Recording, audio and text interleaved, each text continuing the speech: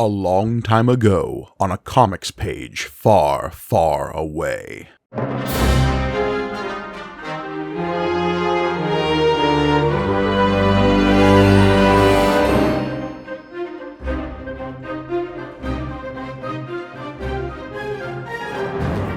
Greetings and welcome to May the Panel Be With You, the Star Wars comic book show brought to you by the Punch Up Entertainment Network. I am your humble host, Mike Gargoni, and joining me, as always, the Boba Fett to my Darth Vader in that weird sitcom we came up with last episode, it's John Campbell.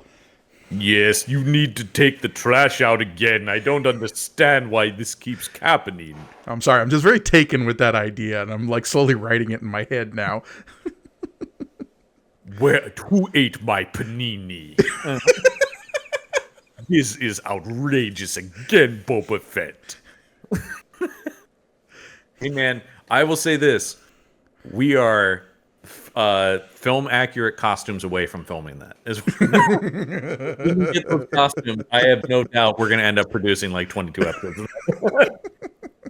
It's that or get real good at stop motion animation really quick with action figures. That's it. Yeah, that's probably the most realistic. We definitely have access to those right now. So this is ridiculous. I'd throw you in a Sarlacc pit for this. Don't know what to tell you, V-Man. I just needed your cape today. Oh, jeez. To clean up all this spaghetti sauce. How dare you? But yes.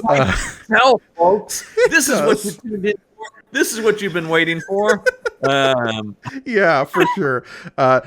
Today we are covering issue number 44 of Marvel Comics Group present The Star Wars, the epic conclusion to their coverage of The Empire Strikes Back.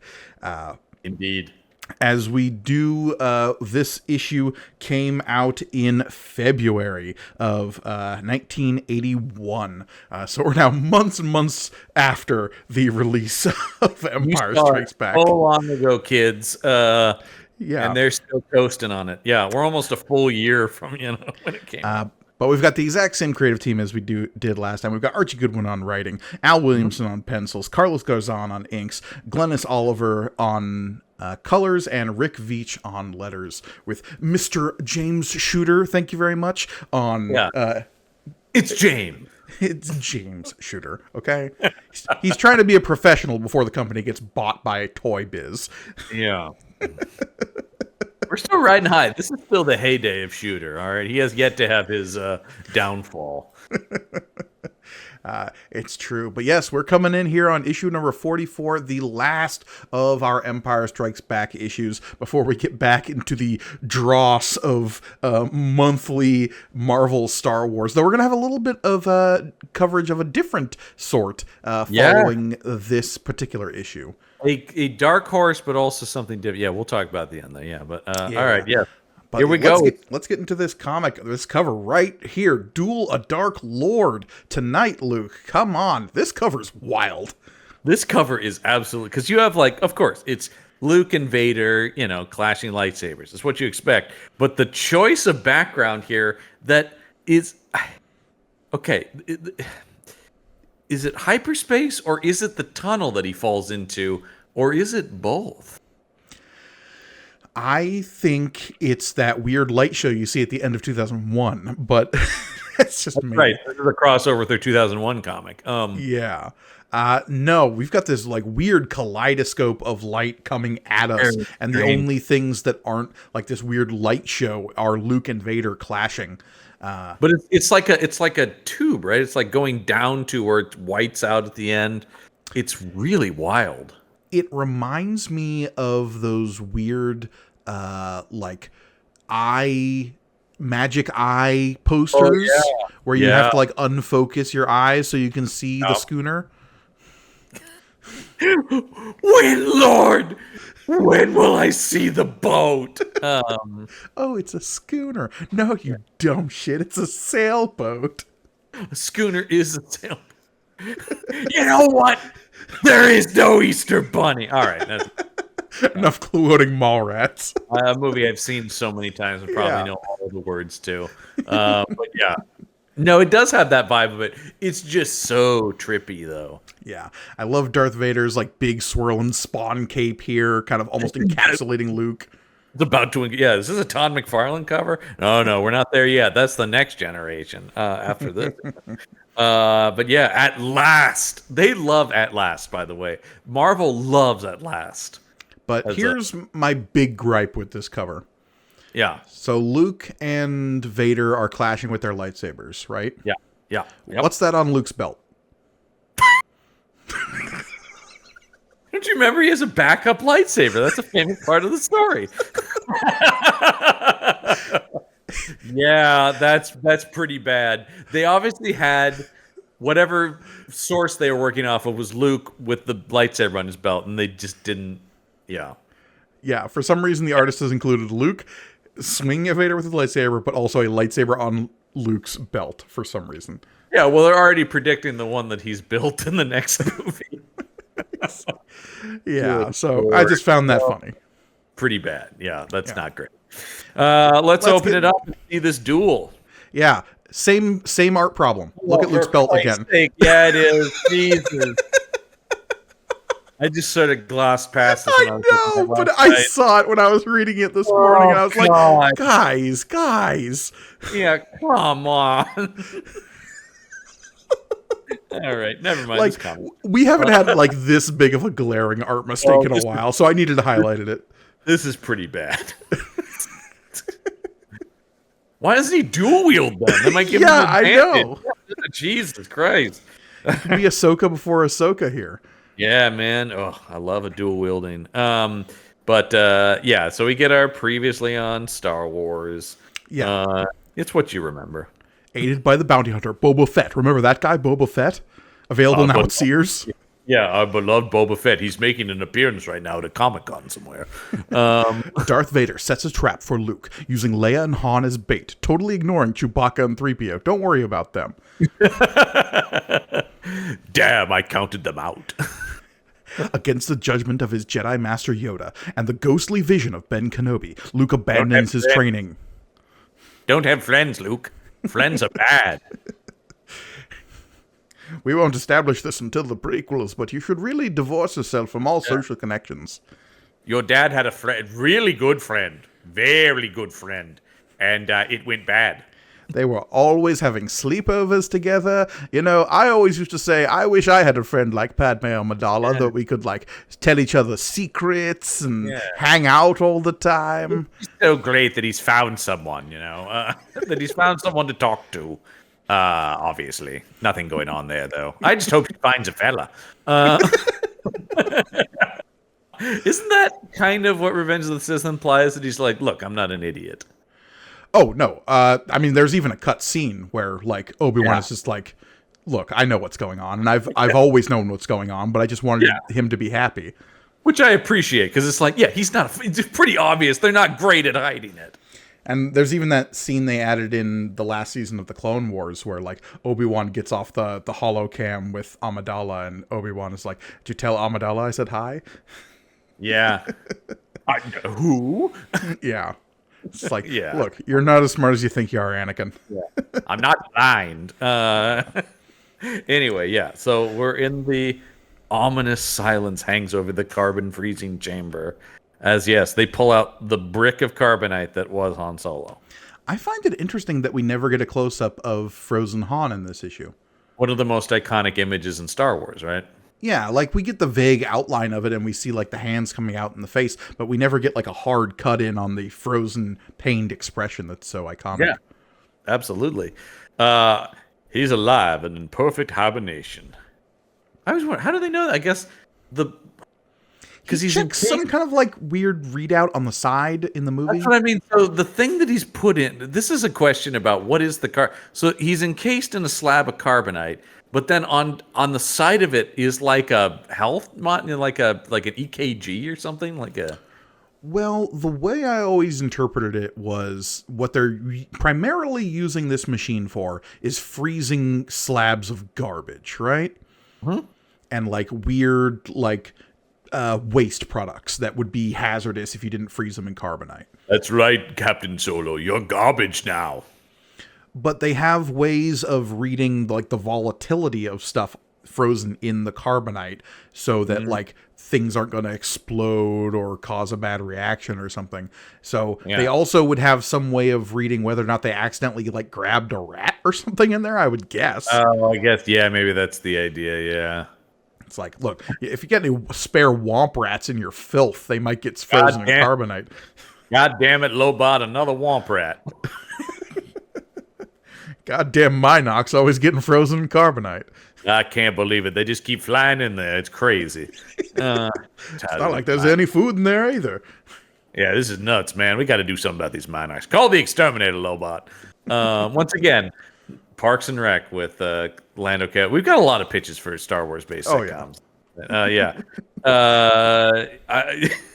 I'm shocked when Vader says, "Then Solo is all yours, bounty hunter, not Boba Fett." He's all yours, Boba Fett. But do take him to Jabba the Hutt with one T. Now that's very interesting because we actually know that Boba Fett will end up taking him to Jabba the Hutt with two T's. So was that a mistake on Boba Fett's part? No, I think this is a mistake on Vader's part. Vader assumes that there is a weak, sniveling, muskrat-looking dude with gloves who's going to be taking Han Solo, when Boba Fett, when all of this is written out on paper, is just like, oh, they're making some assumptions here. Yeah, sure, Hut with one T. Yeah. Definitely getting that little of money. Hello, hold on. Are you telling me there are two guys named Jabba the Hutt? This is news to me. And so, yeah. And then, yes, as he's like, all right, well, we know it works. We tested it out. So let's get it ready to put Skywalker in there. That is Vader's big plan, is he's going to freeze Luke to take him to the Emperor. I mean, that is his plan, yeah. Yeah. And Lobot's just, chilling hanging right out there. Yeah, what are you doing? Stormtrooper reporting in. Monitors have reported he's landed, my lord. Yeah. Good. See that he finds his way here. Or just grab him, maybe? No, it's like I gotta have a showdown. Right. So the princess and Solo's Wookiee companion can still be watched over. He's going to leave a permanent garrison of Imperial troops here on Cloud City. Yeah. Which Lando's like, whoa. That wasn't our bargain. And, of course, Vader's classic line, I have altered the bargain. Pray I do not alter it further. Great Vader line. Classic. Just also, once again, one of my favorite things, just Vader being shitty. He's evil a lot, but I like when he's just shitty to people. I love this detail in the comic that I wish was kind of in the movie, where Lando is kind of choking at that moment when it says, and Lando feels a sudden constriction in his throat. Painful, but brief. Merely a reminder for now. He just gave him like a quick squeeze. There you go. Yeah. You want any more of that, pal? I think that would be a really good evil touch on Vader. Just like he randomly just like gently squeezes someone's throat in his way past just to remind him that he can.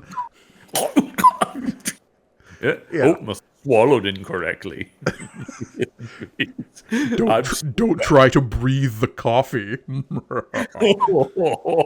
I'm so bad. Yeah, he's a little scamp. He's a little stinker. Yeah. Like little stinker Vader. You little stinker. Anyway, so here we got Luke creeping around with his blaster. Saying, quiet, R2. There's some kind of junction ahead. Someone's coming. Also, R2 wasn't making any noise, so I said tell him to be quiet. I didn't say shit, man. You're the one talking. The constant trend of Luke talking to himself in these comics. He just can't stop. Here's a great thing about, once again, this comic that I love, where I was reading this going, Han, that's Han they're carrying. What have they done to him? I was like, oh man, I'm shocked they didn't name check Boba Fett. Go to the next panel, and the first term is, they say Boba Fett immediately. Boba Fett and the Stormtrooper escorts. Yeah. Like, I thought Luke was going to go, and that's Boba Fett, which wouldn't make sense, but just they want to say his name. But don't worry, they still snuck it in, folks. Lucas's only note for this comic was, just make sure you say Boba Fett a lot. We're trying to sell toys. I do love the action pose Luke on the next page as he turns and pulls his blaster. Very cool. Just like the cool Han shooting in the last issue. His shot hits 2 troopers, but Luke's attempt to give chase is cut short by a heavy barrage from Boba Fett. What? That's right, kids. He can blast faster than Luke Skywalker. You're not going to want to miss this toy.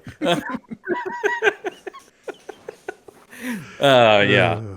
So, yeah, and of course, this is where he sees Leia, who tells him to get out of here. It's a trap. Hey, that's Akbar's line.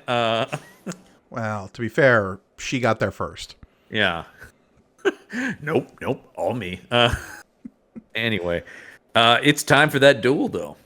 Yeah, so the captioning says something that is kind of in the movie, but is definitely more stated out loud here, where it's like Luke's kind of being led around in a circle and doors are closing in front of him and sort of funneling him towards Vader. And it's sort of implied that happens in the movie, but we don't actually see it. Yeah, because you have that Vader line where it's like, make sure he ends up here. Like, we're drawing him into this. But so corridor by corridor, he continues, separating him even from R2-D2. What? And Boba Fett. No. At last, there is only one path leading to the carbon freezing chamber, and what Luke now realizes was inevitable. Darth Vader, I feel your presence. Good thing that line's not in the movie. Yeah, show yourself, or do you fear me? I don't with that voice, Jesus. And I do sort of like the way that it is drawn similar to the cave confrontation from the last issue. The way black with the light, with the light of the Force is with you, young Skywalker, but you're not a Jedi yet. Oh, that line in the movie is just so, you're not a Jedi yet. Yeah. Oh, it's good stuff, man. Once again, love a Vader who's very cocky. And instantly, 2 lightsabers ignite. And with a great leap from Luke, born of his intense training with Yoda, a battle long coming is joined. But let's cut away. Anyway, something super awesome is happening. Anyway, back to this. Yeah, we got Han and Chewie being led around by a bunch of stormtroopers and Lando and Lobot, but that is when Lando suddenly has his change of heart and initiates Code Force 7. By the way, that's one of my favorite World War II men on a mission movies, Code Force 7. It's right up there with the Bridge on the River Kwai. Yeah, Bridge on the River Kwai, Dirty Dozen, Code Force 7, all classics. It's Force 10 from Navarone sequel. Yeah. Ooh, with Harrison Ford, Force 10 from Navarone. Mm-hmm. Yeah, the sequel that people go, there was a sequel to Guns of Navarone. I'm going, it's fine if you didn't see it. Okay. All right, so yeah, they... suddenly, Lando does take out these stormtroopers pretty easily. Oh, yeah, because he has a city's worth of people on his side. Yeah, that's right. It's Lando time. So Lando activates his betrayal of the Empire, so he's now a double traitor. Yeah. I don't even know how many layers of agent I am now. Double, triple, quadruple? There ain't no number you can put on Lando, baby. You think my real name's Lando Calrissian? Here's the biggest crazy thing of all. I'm actually from the Star Trek universe. That's how deep I go. I was sent here by Starfleet. And I got there through a Stargate.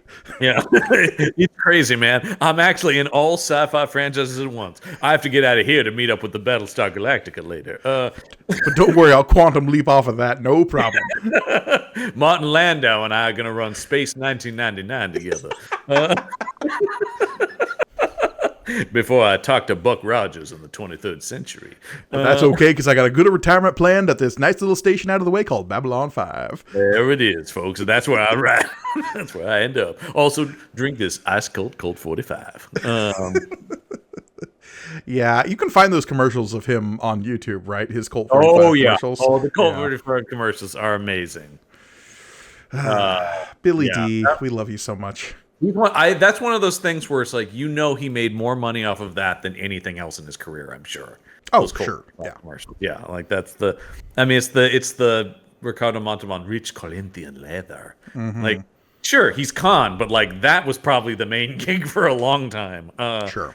Anyway, Chewie choking Lando, which is in the movie, which is awesome. I had no choice. Yeah.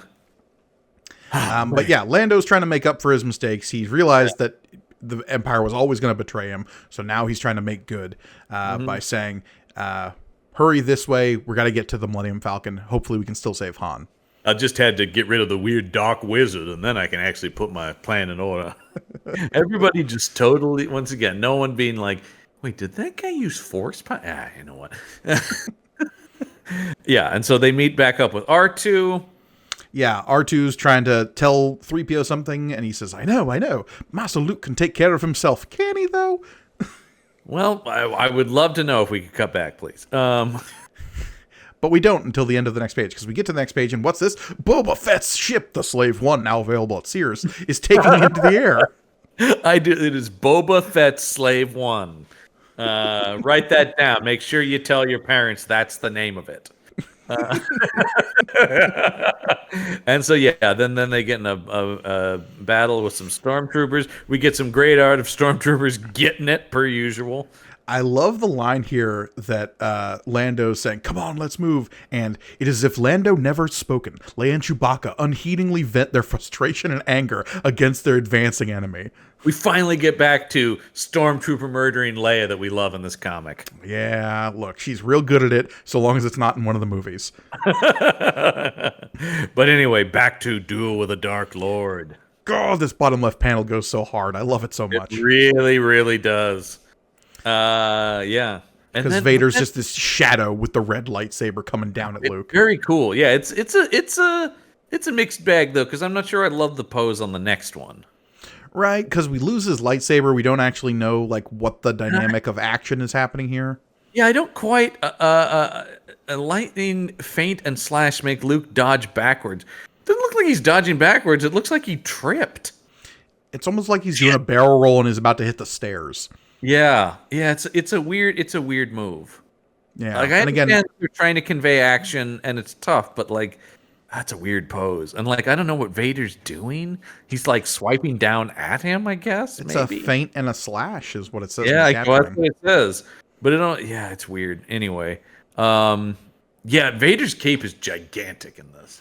Well, this next page, the top left panel, has one of the funniest captions combined. Because in this scene in the movie, Vader like leaps down off of the catwalk and like comes down at him arms wide, and he's clearly doing some wire work. But the captioning on this says, "The young warrior lets himself tumble, rolling with the fall, ready to come up fighting, only to have the Dark Lord of the Sith launch through the air after him like some huge dark bird."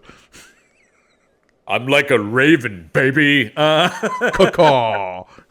Caw-caw, indeed. I'm a bird of prey. Because there is a lot of leaping in this scene in the movie. There's a lot of like, ha, and then you leap onto a thing and you leap over there. And this is trying to convey that, but it's weird. Yeah, so Luke's got his back to the carbonite pit now. And Vader monologues for a bit, which really isn't in the movie. Your future lies with me, Skywalker. Now you will embrace the dark side. Obi-Wan knew this to be true. There is much he did not tell you. Come, I will complete your training. What? And Luke going, no, I'll die first. Yeah. You're like, that's kind of all eventually said in this scene, but it's later after their fight is sort of over and he's hanging over the pit.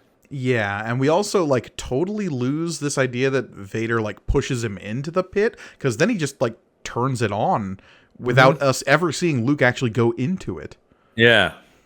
Huh? There it is, yes. With a deadly hiss, liquid metal jets from overhead, the same carbonite that imprisoned Han Solo, now streaming onto the spot where Luke Skywalker is maneuvered, and he's like, got you. Oh, wait, he's up there. All too easy. Yeah. And his lightsaber is turned white. Yeah, look, lightsaber color has never been super consistent in this book, so I'll forgive it anytime it changes. They're really crackly in that, too. Look at how crackly the blades are. Yeah, I like it on Vader's like red with like the crackly energy. It reminds me of the stuff we'll get later with Kylo Ren, right? But the white one with like the super jagged lines feels a little odd. Looks very strange. Obi-Wan has taught you well. You've controlled your fear. Now release your anger.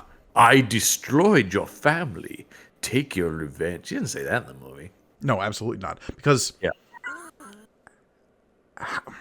how would he okay, I'm trying to work out the logic of like this line as written Yeah. in the shooting script, right? Yeah. So Yeah. Darth Vader saying, "I destroyed your family," is he referring to the lie that Obi-Wan told him about Darth Vader killing his father, or is he referring to the fact that he was ultimately responsible for killing Uncle Owen and Aunt Beru? Well, because And if that's the case, how would Darth Vader have put that together?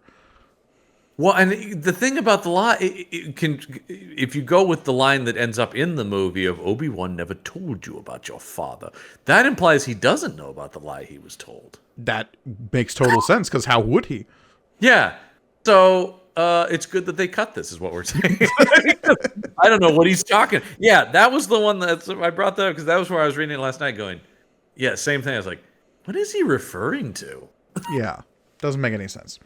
Again, Like, unless he is aware of things he Yeah. couldn't be aware of. Yeah, because it's just like, because did he get a report too? That's like, yeah, we killed these farmers named Owen and Baru. Oh, I know them. Owen? Oh, he seemed like a chill dude. Yeah, that's too bad. It had to come to that. That's all I'm saying. Yeah, I don't know where that would have up the chain gotten to him, and yeah, so I don't know what he's referencing here. Because again, Owen and Beru were killed by stormtroopers because they were hunting for the droids. Right, yeah, and it was just incidental. I'm sure that they weren't Yeah. the only people they killed either, on Right. that planet. It's not, it's just, and once again, No, they killed the Jawas. They killed the Lars family. yeah, yeah, it's like, and I don't think that's getting all the way up to Vader in a report somewhere. Why would it? What does he care? No, it was meant to illustrate like the just like crass evil of the Empire, right? They'll just kill all these people Yeah. to get to the Now, the what's droids. interesting about what Vader's saying, this is a lot of the stuff that the Emperor will say to Luke in the next movie. Yeah, so I think some of this dialogue is definitely like recharged and refreshed for the Emperor. Because it's like, your hatred can give you the power to destroy me, novice. Use it. Do it. Yeah, yeah. It does feel more like Palpatine dialogue. Yeah, and especially here when it's like kind of echoing in Luke's head, because Luke drops agilely into the rising steam, ready to answer the challenge, and finds only the taunting echo of Darth Vader's voice. Right. Yet, even as he moves in pursuit, he recalls another voice, Ben's. Who? I don't know that guy. But then I like But then I don't. What voice is he hearing? Because on the next page it says cautioning him not to give into his darker emotions. Yeah, we don't. But there is no actual Kenobi dialogue that we hear. It's just stated what he's saying, which is weird. Yeah, and then we have Vader, like, again, all of this dialogue is cut when Vader says, "You found me. Now attack. Destroy me. Only by taking your revenge can you save yourself." Interesting. Yeah. Whereas again, in Jedi, it would be the Emperor being like, "Take your Jedi weapon, strike me down, and your path towards the dark side will be complete." Yeah, because in Empire, I mean, he is asking Luke to join the dark side, obviously, Darth Vader, but he's not expressly saying that in the same way that Palpatine does in Jedi. Right. No, it's less in Empire, at least in the movie version. It's presented more as just like, I don't want to have to destroy you. There's a relationship here that needs to be discovered and then explored, but like, join me, we can rule the galaxy as father and son, not kill me so you can go to the dark side. Yeah, I mean, this once again speaks to, I think, a lot of Vader stuff obviously got changed in different drafts up to real late in the process. They were figuring out what the take on this is. Right. And then I think, and then I do think Kasdan smartly was like, oh, I can repurpose this stuff into Palpatine when we write the next movie. Mm-hmm. And so, he pushes him out the window, which is from the movie, of course. Mm-hmm. He has, like, he's force throwing all the junk at Luke. He gets knocked out the window onto the catwalk. Vader comes down after him. Again, more Vader dialogue that's been cut. Why resist further? You are beaten, Luke. Now let yourself be destroyed as Obi-Wan did. It makes him not as he's less cool when he's this talkative. You know what I mean? Like, he doesn't. He's Vader. Vader likes a quip, as we've talked about. You know, we always talk about the careful not to choke on your ambition. Well, I mean, he's still got like a little bit of Anakin left in him, but he's not verbose. Yeah. Hey, you over there, come here. You're gonna join the dark side, pal. You're gonna like it. Yeah. Yeah. So, and then we got Luke's thought bubble. Calm, must be calm. Well, I don't know how calm he's going to be as his friends are getting shot at. Yeah. Because we cut back to Pew, pew, Han we're and pew, pew. Lando. Or Leia and Lando. Leia and Lando, yes. Pew pew. We're pew pewing all over the place. Archie's doing something, but then he gets verdweet. Yeah, 3PO tells him to plug into a panel because, R2, he's always plugging into panels. And it turns out this panel, not to be plugged into. Verweet. Anyway. Yeah. But they're fine. Because Lando says, this way, we'll make another approach to get to the Falcon. Yeah. Luckily, I know this city like the back of my hand. But cut back to the reactor when we have the most anticlimactic dismemberment I think I've seen in a comic book. Yeah, is this a comics code thing? It has to be, right? Because it is totally hidden and has to be described. Which that would also explain why we don't have Luke decapitating Vader in the last issue. Yeah, that actually does make sense now that we were talking about that on last week's episode. Yeah, it does have that. By the way, Luke's through the equipment, gantry equipment to strike Luke's sword arm. Is that one word? Sword arm? Yeah. Okay. It's the arm you use your sword with. I guess. Maybe I've never seen it written out like that, but You don't study old English texts on chivalry and swordplay, John? surprisingly, I don't actually. Yeah, should I get look, more it's into a thrilling read. Well, thrilling's an interesting word to use for that, but okay. Yeah, you'll just whip right through those pages. Yeah. But so he cuts his arm or he cuts his hand off, but he let go of the lightsaber first. Because it's just the lightsaber thing that the hand isn't attached to it. The art here is so awkward because it is meant to illustrate that his hand is chopped off, and the captioning says as much. Because it says, pain seizes the young warrior. His weapon falls. The hand that grasped it will never grasp anything again. Goodwin is trying his best to sell this without art to have, right? Right. And meanwhile, Williamson is constrained by the Comics Code Authority, which is saying, hey, no dismemberment in comics. But when the movie is so iconically chopping a hand off. And it's one of the things that's so great about it in the movie is it just happens instantly in the movie. You're like, oh, shit! Yeah, and he's clutching his stump to his chest. Yeah, it's great. Oh, God, it's so good. But yeah, here also, the pose on Vader, I don't know that he's close enough to have done it. And even if he did, what is that finishing swipe? It looks like he came up on it, and he's back here. Is doing horizontal, so based on how the art and the captioning works here, we could have just as easily just maimed Luke's hand. Yeah, it's very weird. Yeah, it's really weird. Weird constraints of comic books of the early 80s. And it's so funny, yes, Marvel is sort of famous for bucking the Comics Code Authority, but they did hew to it as much as possible a lot of the time. Yeah, we're just starting to, Lee bucked it here and there, of course, famously, is he? When I was talking about drugs in the comics, I wanted kids, but yeah, they're not. It hasn't fully been no. You pick up any Marvel comic and you're liable to see a dismemberment in it, right? Oh, yeah, 100%. There's no. It's the Wild West out there now, folks. And so then we get once again this pull out to this wide shot on the first panel of this next page of we can't see anybody. They love this. I have no idea what's going on in this panel. Yeah, you can just barely see the platform that Luke and Vader are on. Yeah, and it's supposed to let you know that they're up on a great height, but A, it doesn't look like this in the movie at all, and B, just I get no sense of action until we get into the lower panels. We also get one of my favorite things, once again, turning off his laser blade. Sure. The Lord of the Sith extends his hand, the one he just chopped off of Luke. Let me read this. This Vader dialogue is once again much more verbose than the movie. There is no escape, Luke. Don't make me slay you. Join me. Together we will be more powerful than the Emperor. It was meant to be. There are many things Obi-Wan has kept from you, such as what happened to your father. See, that's real clunky because they change it to Obi-Wan never told you what happened to your father. Ben told me And enough. He told me you killed my father. All just too clunky. no, Luke, I am your father. Yeah.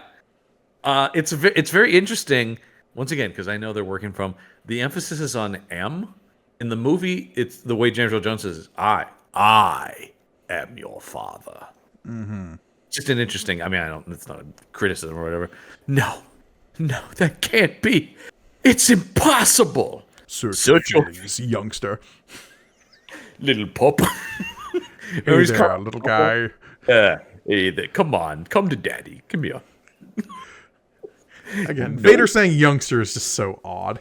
It's so weird. It's still better than pup when he was going, come here, you little pup. Yeah. No, yeah. Luke, you can destroy the Emperor. He has foreseen this. We can rule the galaxy together, father and son. Come with me. It's the only way. Luke finds another way, though. He says all this stuff, and once again, you can just see where they were like, don't need this, chop this all down. You know, he says all this in the movie, but just much simplified. Yeah. And it flows better in the movie, right? It flows a lot better. I also remember Luke saying, never. As he flings himself off the gantry, yeah. I'm sorry, this actually feels like a George Lucas special edition addition to the movie. Based on Never! Fuck you! With his one remaining hand, Luke extends a single finger towards the Dark Lord of the Sith as he descends into darkness. Would that hardly seem necessary? Vader stares as the youth vanishes into the darkness. It is over. The shaft's changing air currents may cushion him momentarily, but somewhere below are exhaust vents. Certainly the boy will be dragged into one of these and spewed out of Cloud City miles above the gaseous surface of Bespin. That's a little... like, he's just like, well, he might make it, but probably not. But, no. That's what was going through Vader's head. Just maybe. So Vader's like, this kid's strong in the Force. What are the odds he survives? 100%. I never took it that he thought he was dead. You know what I mean? Like, it was always just like, well, shit. All right, let's go home, everybody. Pack it up. Look, go get me that hand and that lightsaber. We'll deal with the rest later. No, those have to get to Maz Kanata somehow. Well, the lightsaber anyway. The lightsaber, yeah. They never say if the hand went to another weirdo. Oh, look, I'm fully expecting that hand to play some kind of plot relevance of a evil Luke clone in the future. We're gonna get Dark Empire. Yeah, they'll find a way. Oh, they'll find a way. With Luke. That's Luke with two U's, for those who don't know. Someday, folks. We've already had people ask when we're gonna get. Someday we'll get to Dark Empire, folks. Don't worry. So the Dark Lord departs as elsewhere the fugitives again find escape blocked. I love this line from 3PO. What are you bleeping about? What's your bleeping problem, man? Because R2's trying to tell him something the whole time they're getting onto the Falcon, which is true in the movie. Yep. It's just like, R2 is perfectly aware that the Millennium Falcon is not going to be able to go to hyperspace. Mm-hmm. R2, you did it. I never doubted you for a second. And then off they go. I love the panel of the one stormtrooper's like, I still might be able to take it. That's that one guy with the handgun firing at the escaping helicopter, right? I can get it. Come on, man. And then very much from the movie, we have Luke hanging on to whatever this... What is it, like a satellite dish? Or electronic weather vane is what this comic says. Oh, yes. All right. Yeah, that works. Yeah, sure. One of many lining the bottom of the bottommost part of the city. Near enough to the semi-conscious Luke to grasp rather than plunging to his doom.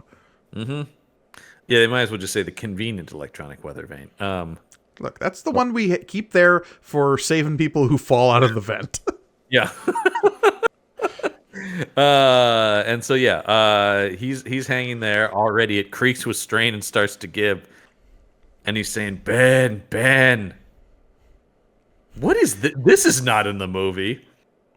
No. Is Vader then thinking, no, I hear you, buddy, but that guy's not coming? Yeah, because the captioning we see, or not the captioning, but the dialogue boxes we see whenever like Force voices are used in this book are ringed in either blue or like pink, depending on if it's light side or dark side. Famously, the dark side associated with the color pink.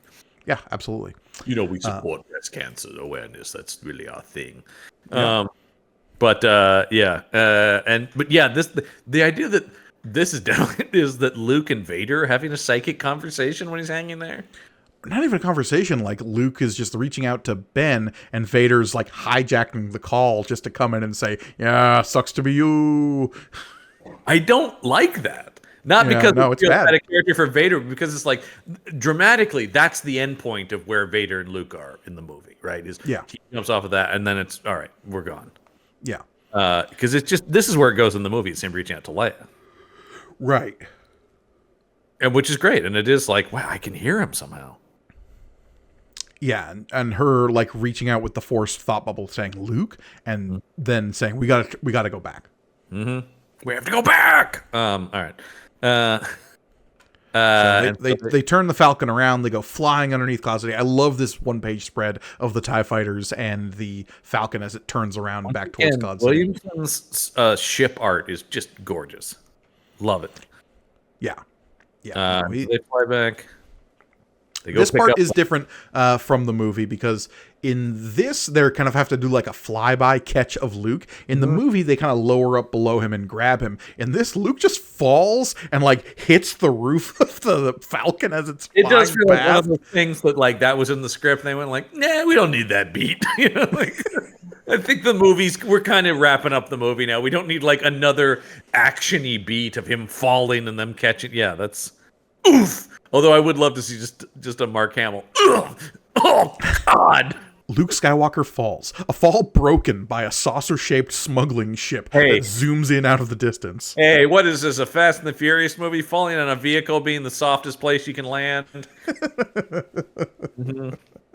I just want the scene of Luke hitting the windshield of the Falcon and then squeeging up past as it keeps flying. We got him. Yeah. There he is. Leia just saying, was Lando ready at the top hatch? Did we catch Luke all right? God damn it. Such a weird moment. Yeah. Yeah. I mean, was he going to play like this in a way where he falls and you're like, oh no, and then, oh, there's the Falcon. I think that was the beat they wanted. Well, because then we would have had two, like, oh no falls, right? Yeah. This one, he doesn't say, never. And so, yeah, get us out of here, lady. Lady? And I think your friend will survive. Lady, though, is a weird one. Hey, lady, Yeah. What was your name again? I wasn't listening.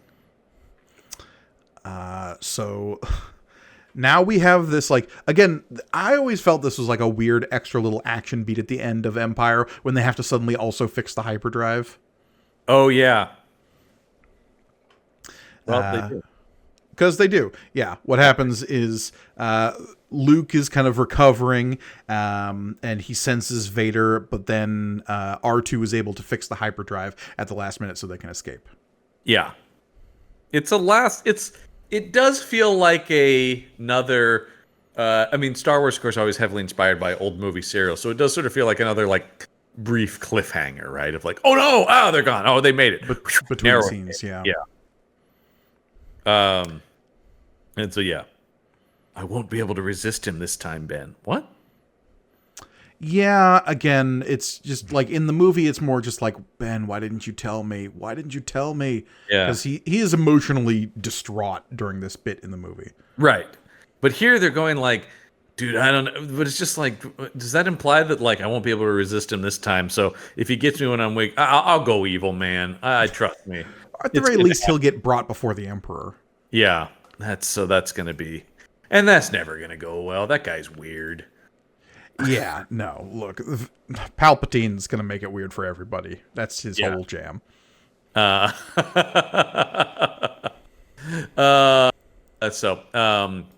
but the Millennium Falcon gives a sudden wild lurch and bleat. Yeah. And 3PO is mostly back together except for one leg. But they did it. Weird little bit here where it doesn't look like they're really going into hyperspace. I don't know what the point of the art here is at the top of this page. That's a weird, because like hyperspace has a very specific look that we're all familiar with, and that's not it. Yeah. And then just one more cut back to Vader's like... While on the bridge of his massive cruiser, Darth Vader turns from his terrified officers, walking slowly, contemplatively, as though focusing on another time, another place, perhaps the future? Is that implying? That he's got to figure out what to do next. Do I get burritos? There's a drive-thru on the way home. Am I more of an enchilada mood? But enchiladas are always so messy. Lord Vader, no Fett's not going to do the dishes. Yeah. The lazy bastard. It's just like, Lord Vader, we really need that lunch order. I'm still thinking. Now, are you getting churros? Because I don't want them just for me. But if everyone's going to get them, I'll have one. But if you're going to order a whole plate, I don't want it to go to waste. Is the thing.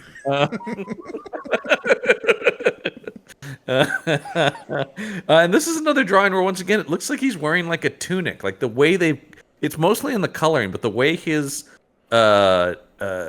cape is falling looks like it's going to his belt.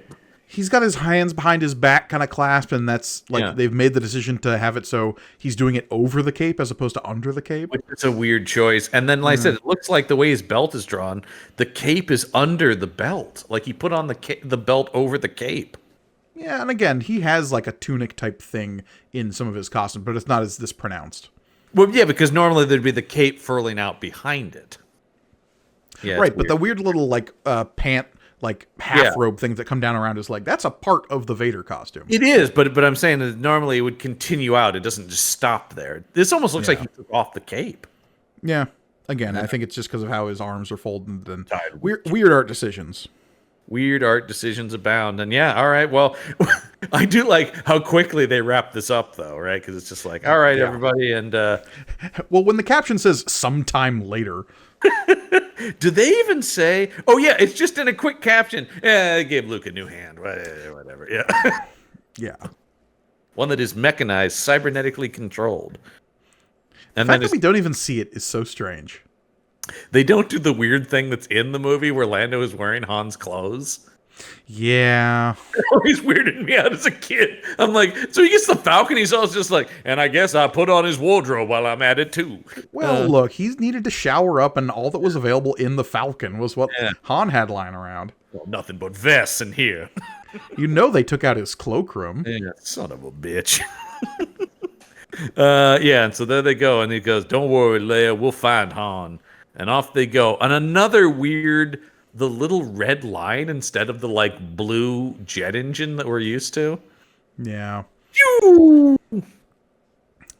So here's another like weird time thing with this book. It's just like at the end of Empire, Lando says, we'll see you on Tatooine.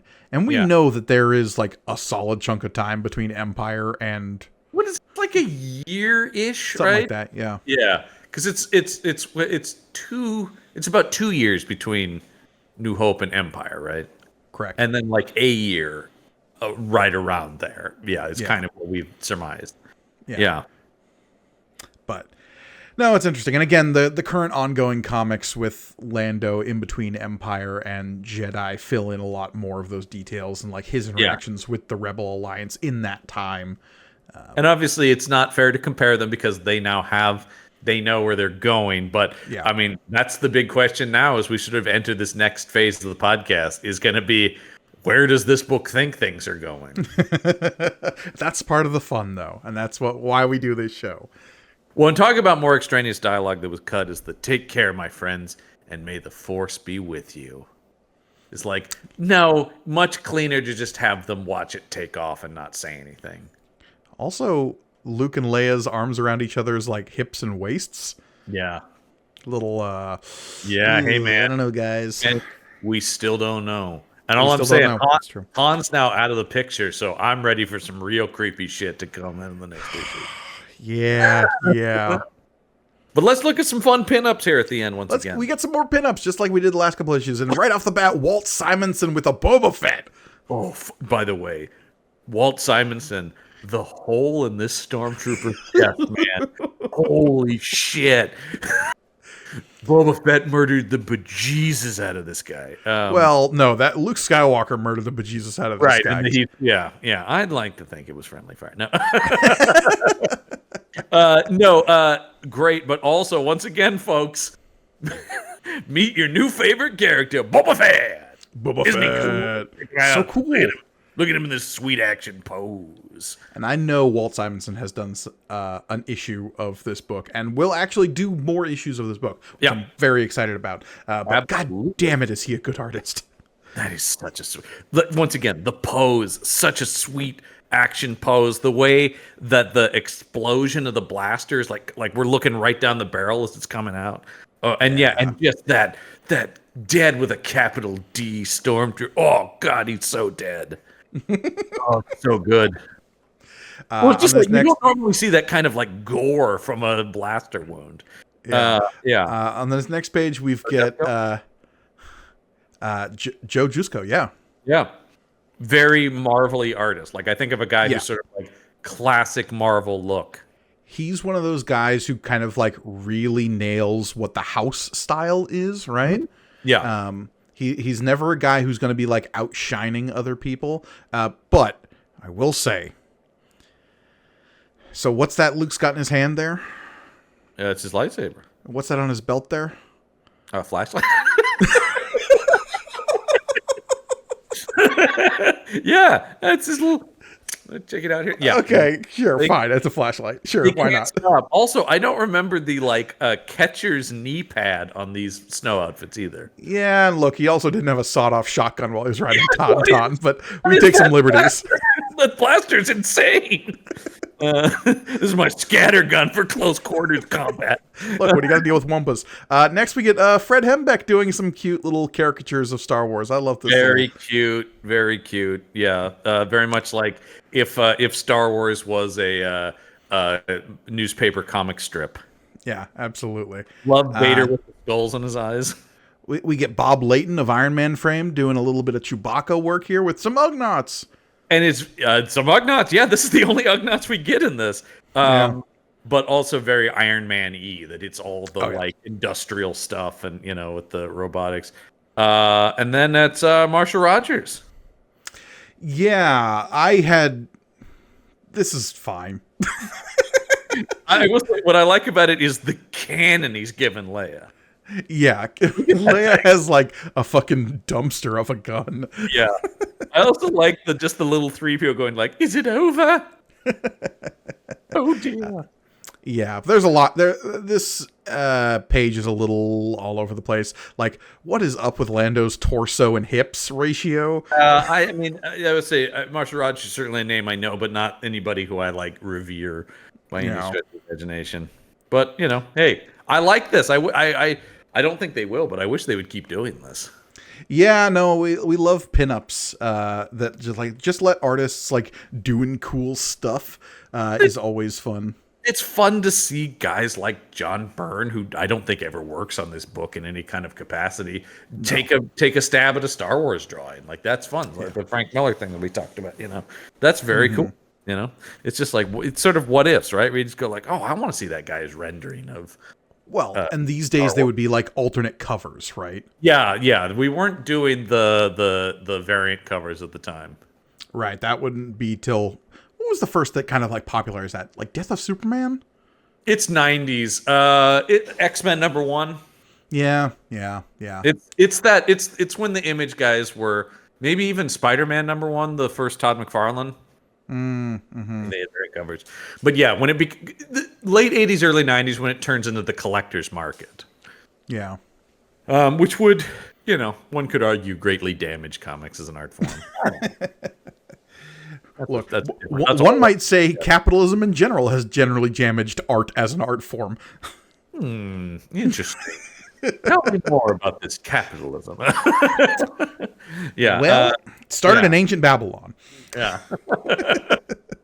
Yeah. So there you go. We finally reached the end of Empire. I'm so curious where we go. You read ahead because you're sort of the keeper of that stuff. So I don't know, but we're not jumping immediately to that next.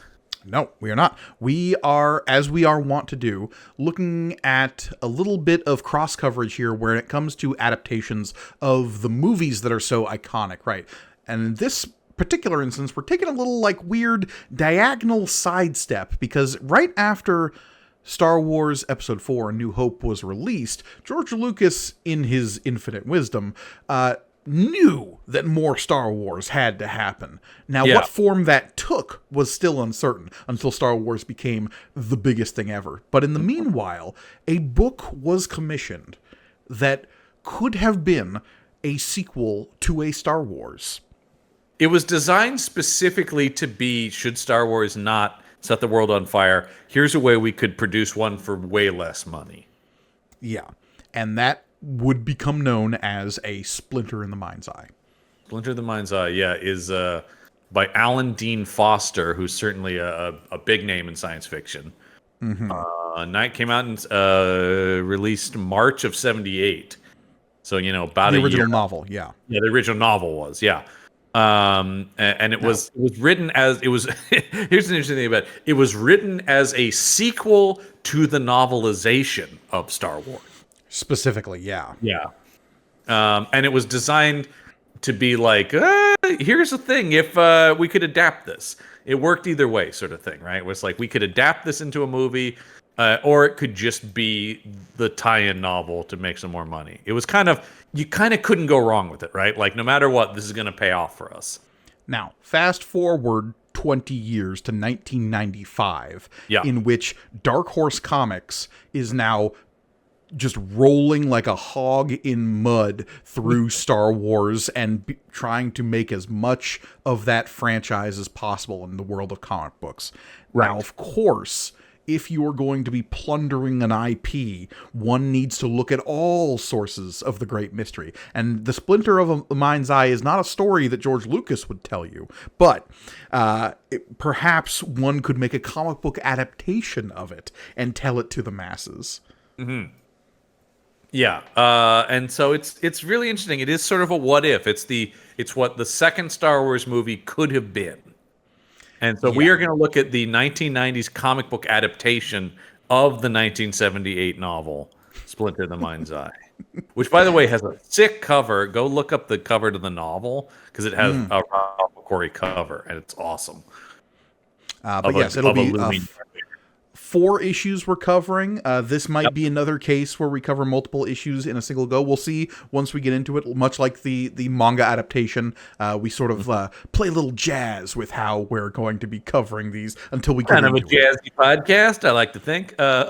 Yeah, more of a jizzy podcast. I'm more of a cantina band. I'm looking here. Something that's going to be different from the novel is apparently they do try to make it jibe more with Empire. Like, they try to make it, the comic book tries to make it fit more into the continuity of the movies than the novel does. Right. So we'll be talking about some of the differences there, some of what the changes are. It's been a long while since I've read either the novel or the comic book adaptation of Splinter of the Mind's Eye. So I'm curious to get back into it as the what if sequel, but not the Star Wars Infinity's what if Empire, which we'll get to also later. It's just an interesting little sidetrack that I think, as having just finished the official adaptation of the actual sequel, we thought it'd be kind of fun to be like, well, here's what could have been the sequel. Right.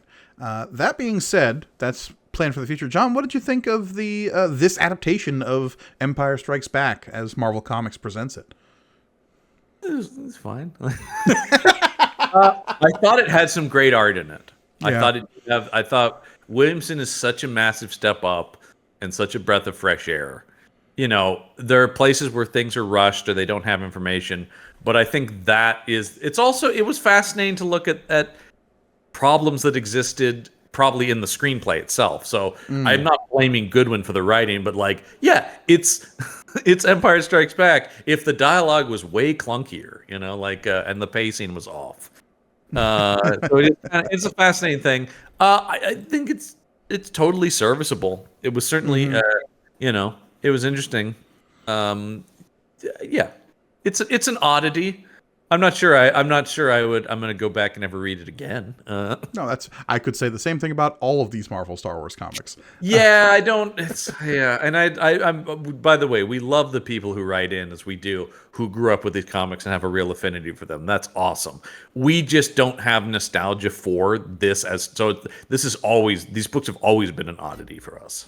They're an artifact that we're trying to put in context and analyze from a modern perspective, and specifically a perspective of the generation that these basically missed. Like, we're from the Dark Horse 90s comics generation, and these were like the weird things that weren't really available except in like odd collections that existed as we grew up, but are only now like easily accessible. You're going to hear a lot more of the loving nostalgia for things like the aforementioned Dark Empire, right? Like where it was like our stuff. But at the same time, we're coming back at those 20 years after we originally read them. And when we originally read them, that was Star Wars. Yeah, I mean, these were the sequels we had. Yeah. So when we cover like Shadows of the Empire, Was huge. Was huge. And I remember it very fondly, but I don't know how well it holds up. And we'll get there when we get there. I haven't read those in forever. Yeah. So yeah. But that'll be interesting. Of course, if you want more from this show and all the shows on the Punch Up Entertainment Network, head over to our Patreon page, which is patreon.podbean.com/punchup. Like I said, you get cool exclusive bonus content. You also help us out producing the show. So once again, that's patreon.podbean.com/punchup. And of course, the best way to watch this show and experience many of the shows on the Punch Up Entertainment Network is over on our YouTube page, youtube.com/punchupentertainment. There you can read the comic along with us and see our beautiful faces as we react to strange panels where Luke has multiple lightsabers. And if you're there... What lightsabers does that guy have? He's got so many. I can't even keep track. But while you're there, please like, comment, and subscribe. It really helps. In the comments below, let us know, how many lightsabers do you think Luke Skywalker should have had in his duel against Vader, and how many would he need to have actually come out on top? I wish he had a little ankle holster one, like a cop's backup piece. If he just had a little lightsaber on his ankle. I'm saying more of a bleach, or not bleach, but one piece kind of route. Have one in the teeth, one in each hand, just coming out with his... Everywhere he's got one? Yeah. Well, they're not full Zolo mode. If the blade isn't activated, they're pretty concealable. I mean, just the hilt. Yeah. Get a few in there. Yeah, just a belt of lightsabers. There you go. But I think that's going to do it for us. As always, I have been Mike Ergoni. I'm John Campbell. And remember, may the panel be with you.